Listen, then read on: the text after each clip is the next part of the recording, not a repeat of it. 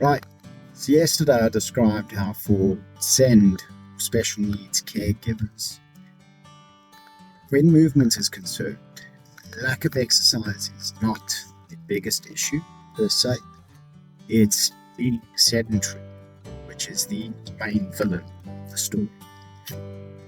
And today, we get a little bit more into non-exercise activity thermogenesis, P10E8, the concept I spoke about briefly yesterday.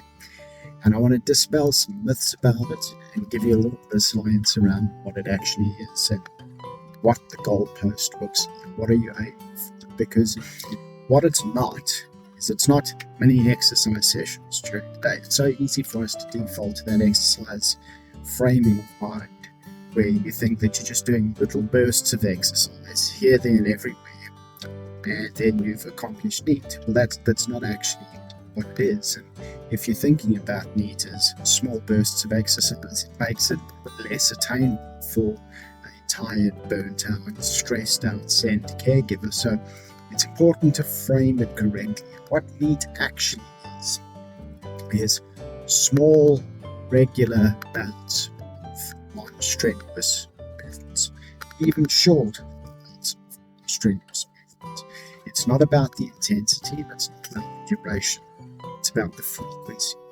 And to help demonstrate that, there's two studies. But the first study looked at a group of adults, measured their biomarkers, their blood markers, after a meal, measured the blood sugar spike, insulin spike in response to that, where they ate the meal and then they sat still for hours after the meal. So typical everyday modern life. Then they took that same group of adults, repeated the study, but this time, instead of sitting still after the meal, they got up for a short walk.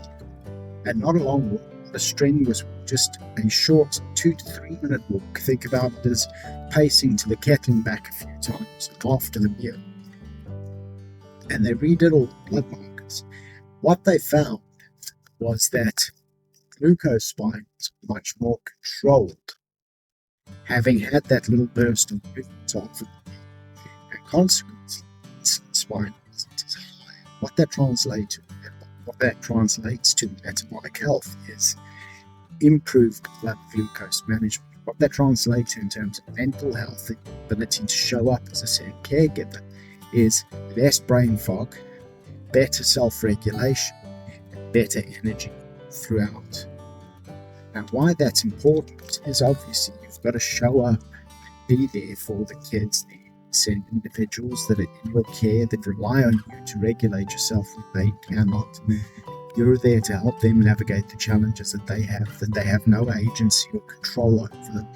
You're the one with the agency and control. So it makes a lot of sense why looking after your metabolic health, which is key to keeping your mood stable and ability to show up, present, and be consistent, is so important. The second study looked at whether duration has anything to do with it. So they compared a group of people who did a non-strenuous walk for half an hour, a lengthy walk, but just did that lengthy walk through the day, versus a group who got up every half an hour and just walked for a minute, 2 minutes. So contrast that. One long walk, low intensity, versus every half an hour, simply getting off the chair, moving around a tiny bit, sitting back down, carrying the next half an hour. What they found was the group that was getting up every half an hour had far better metabolic markers than the group who did the 1 hour walk. What that tells us is it's not the duration. So again, this isn't about exercise. Not reframing exercise into many bursts, breaking up being sedentary, and that's the key thing. It's about interrupting being sedentary. It's not about the physical exertion involved. Doing that regularly, every half an hour, just for a minute or two, get up, just move around, just break up that pattern of being sedentary, and you massively improve your metabolic outcomes. If you raise basal metabolic rate, which means the base version the base level of energy that your body's using. And you also better control blood sugar, you better control insulin.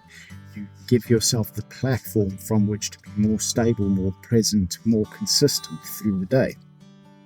Hugely important. And so I just wanted to reframe it like that. I think that that is an incredibly useful framing for a special needs caregiver, because it means that it's not beyond your reach. It means that you're not trying to add little bits of exercise or little bits of movement to your day that you can't otherwise do. You're just breaking up being sat still. You're just breaking up doing nothing. Examples of what this looks like is you sat and a call comes through. Take the call standing. Just pace around a little bit for a few minutes while you're on that call. Making the kettle, or put on the kettle, make some tea. Just pace up and down a little bit.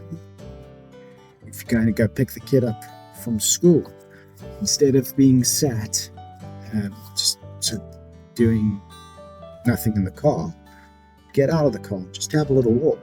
Non-strenuous. You're not trying to speed walk, trying to build up a sweat, you're not trying to burn a certain amount of calories or any such nonsense. Just breaking up being sedentary. If you're sat at a desk job, just get up every half an hour, sit a little watch. All you have to do is get up, walk to the end of the room, walk back, sit back down. It's just breaking up being sedentary, which is the thing that moves the needle, and doing that consistently through the day really moves the needle so far as base metabolic rate is concerned, so far as base metabolic health is concerned. This is such an attainable thing, and as I said yesterday, it's the thing upon which you then add exercise later, where you have the capacity and the time to do so. Exercise has its own benefits. It has completely different benefits. Exercise can't replace NEAT. I said that yesterday and I emphasize it today. It's very important that you avoid being sedentary and just break it up with small, easy to do, strenuous bouts instead of trying to do little mini exercise sessions during the day. I hope that makes sense. I hope you find that useful.